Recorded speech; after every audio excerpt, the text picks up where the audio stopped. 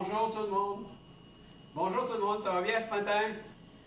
Ah, la belle température qu'on a, hein? Dans les provinces atlantiques, c'est pas drôle. On dirait que l'été ne veut pas s'en venir. On est poigné à la maison, et puis on fait de la cuisine, on prend des toutes sortes de choses nouvelles. Ça fait que si vous nous joignez aujourd'hui, merci beaucoup. Au nom du Collège communautaire du Nouveau-Brunswick, ça nous fait plaisir d'être avec vous les mardis. Et puis, vous oubliez que cette semaine, jeudi, je ne suis pas disponible, donc on n'aura pas d'émission jeudi, mais on aura une émission samedi. On aura une émission samedi, on n'a pas décidé encore les détails, mais ça s'en vient. Et puis, merci de nous avoir joints la semaine passée pour samedi matin, ça a été bien, on a fait des ailes de poulet, c'était bon. Donc aujourd'hui, on travaille sur comment monter une vinaigrette. Souvent, on pense à vinaigrette, on veut faire une vinaigrette à la maison. Je vais vous donner des petits conseils bien simples. Donc, on peut faire une vinaigrette de peut-être millions de combinaisons. Donc, qu'est-ce qu'on a besoin à la base? On a besoin d'une huile, on a besoin d'une acidité, et puis on a besoin de quelque chose pour donner la saveur de plus. OK? Donc, les bases sont très, très simples. On utilise de l'ail en majorité. Si vous n'aimez pas l'ail, vous pouvez utiliser des échalotes, si vous voulez, n'importe quoi que vous voulez. Donc, il faut comprendre que moi, ce que je vais vous donner ce matin, c'est la base de faire une vinaigrette.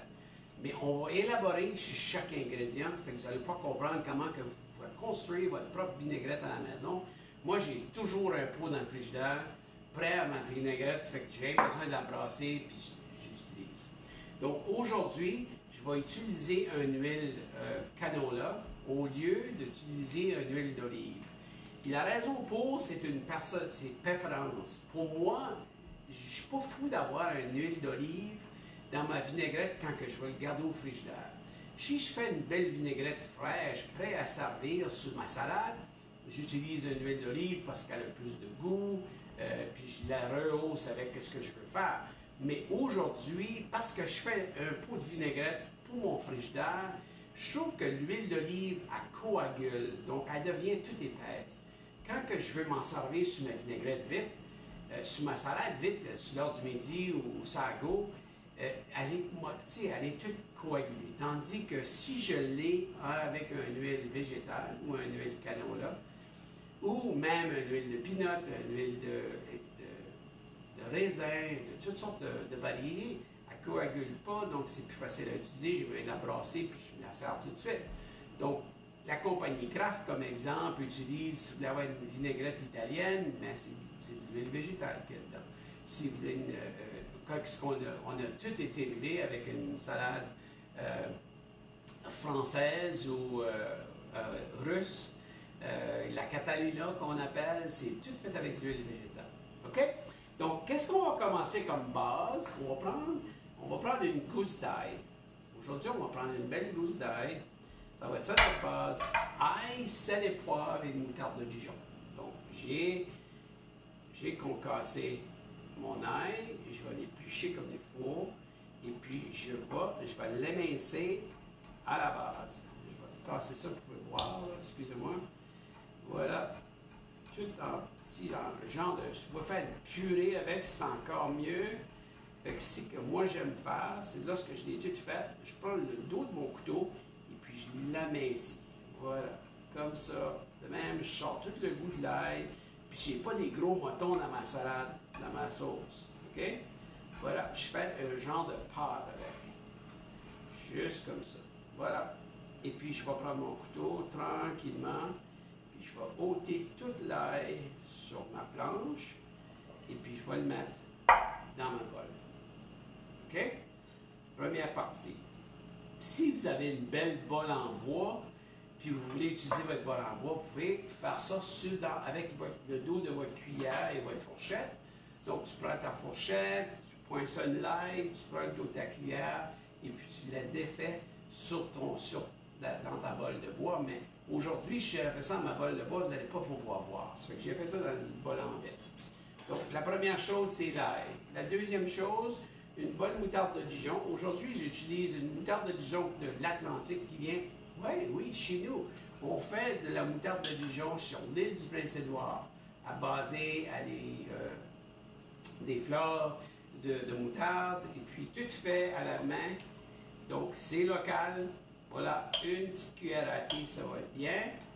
Puis, celle-ci, c'est sa moutarde de Dijon style. Vous pouvez aller atlanticmustard.ca et vous pouvez commander ce que vous voulez. Donc, l'autre que je vais mettre, c'est mon acidité, mon huile.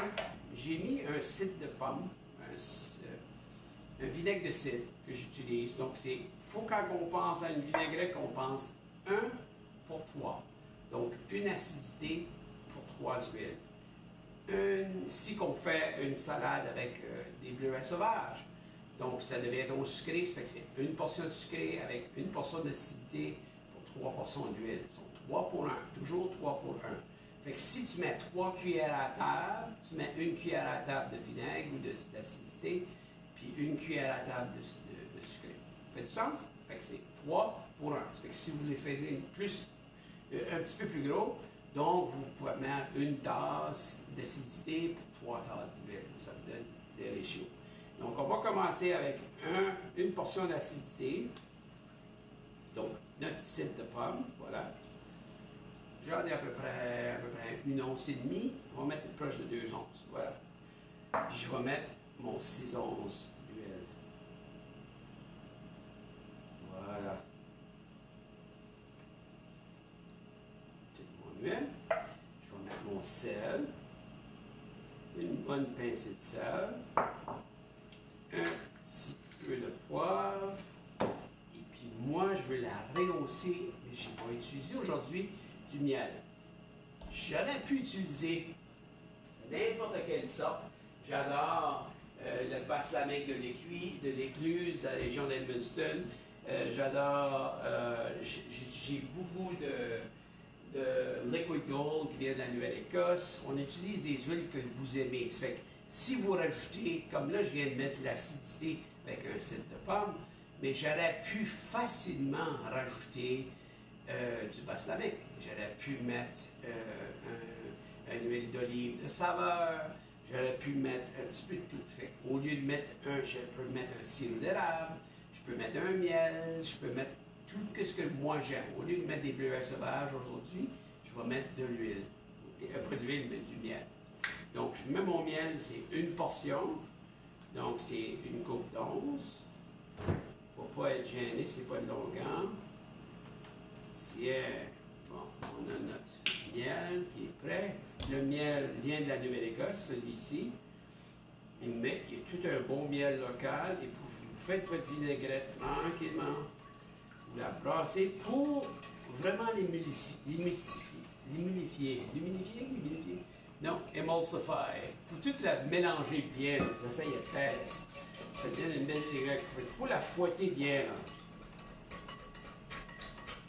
Pas qu'elle se sépare. J'essaye. Voilà.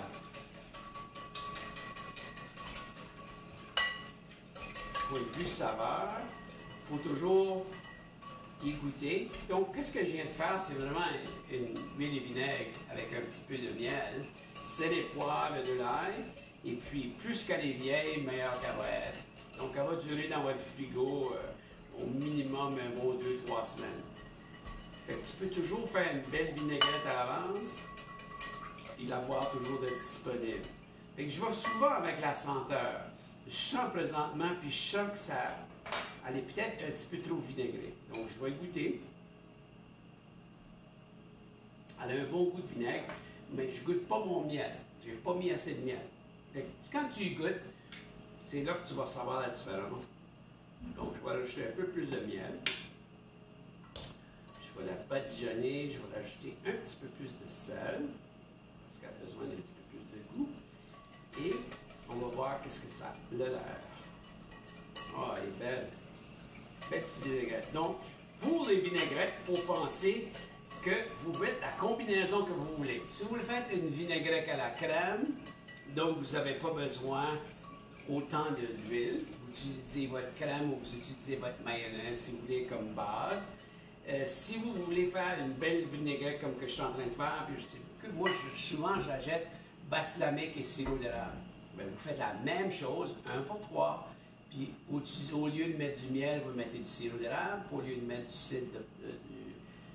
cidre de pomme ou vinaigre de pomme, vous utilisez votre balsamique. Donc, ça fait la même chose. Si vous voulez avoir quelque chose de plus, vous avez une sauce rouge, comme qu'on parle, mais vous utilisez une canne de tomate. Vous utilisez ça comme votre base. Ça va vous changer vos couleurs. Ajoutez votre huile, votre sucre. Faut vous rajouter un peu de sucre pour qualifier l'acidité des tomates. Donc, ça dépend de votre goût.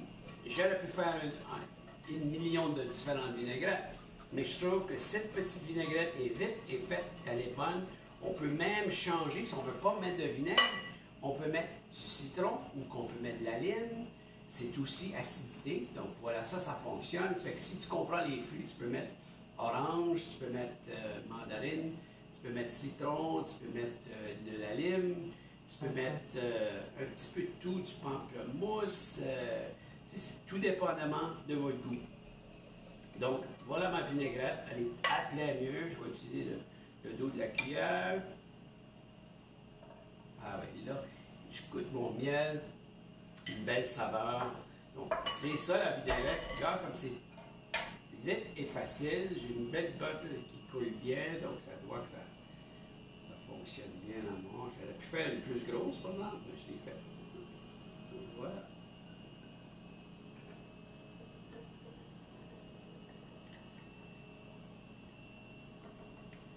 Voilà ce matin. Je vais essayer de. J'ai pas ma spatule, donc je vais aller avec mon fouet. Voilà. Ça me donne une petite vinaigrette. Tout bon, tout propre. J'ai tombé à côté un petit peu. Voilà. Donc, je le mets dans mon pot. Quand je l'ai besoin, j'ai tout simplement besoin de le brasser un petit peu. Ma vinaigrette est prête. Donc, voilà le 101 de faire une vinaigrette. Donc, pour récapituler, on recommence, c'est bien simple. J'utilise toujours comme base de l'ail, la moutarde de Dijon, sel et poivre, qui me donne la base. Ensuite, je vais 1 pour 3. Donc, une acidité ou un de quoi de sucré ou une crème, ou tout dépendamment de ce que je veux, pour une acidité pour 3 huiles. Donc, si vous allez 1, 2, 3, habituellement, on a de quoi de sucré ou qui va rehausser la salade. On a de quoi d'acidique qui est dans le milieu, qui peut être un vinaigre, qui peut être du citron, qui peut être de l'aneth, qui peut être un petit peu de n'importe quoi. Puis, on a nos huiles qui peuvent être encore tout dépendamment de vos favoris. Puis là, j'aurais pu rajouter comme de la ciboulette, j'aurais pu utiliser du persil, etc., etc. Je peux utiliser tous les ingrédients après ça pour rehausser la sauce base. J'aurais pu prendre même cette même vinaigrette que je viens de faire, mettre un beau morceau de fromage bleu au roquefort qui ferait une salade, une vinaigrette de fromage bleu qui nous donne une saveur totalement différente. C'est vraiment aussi fort que votre imagination.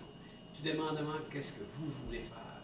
Fait quand vous regardez, comme moi aussi, quand je vais faire une belle vinaigrette, j'ouvre mon frigidaire, je vois qu'est-ce que je suis en train de perdre ou ce qui est disponible, puis je fais une vinaigrette avec. Comme vous pouvez voir, mon citron est déjà prêt, il a déjà été tout râpé, donc il est prêt à utiliser pour un jus de quelque sorte, bien vite. Donc voilà le 101 d'une vinaigrette. Merci de nous joindre. On se voit la semaine prochaine. Bonne journée.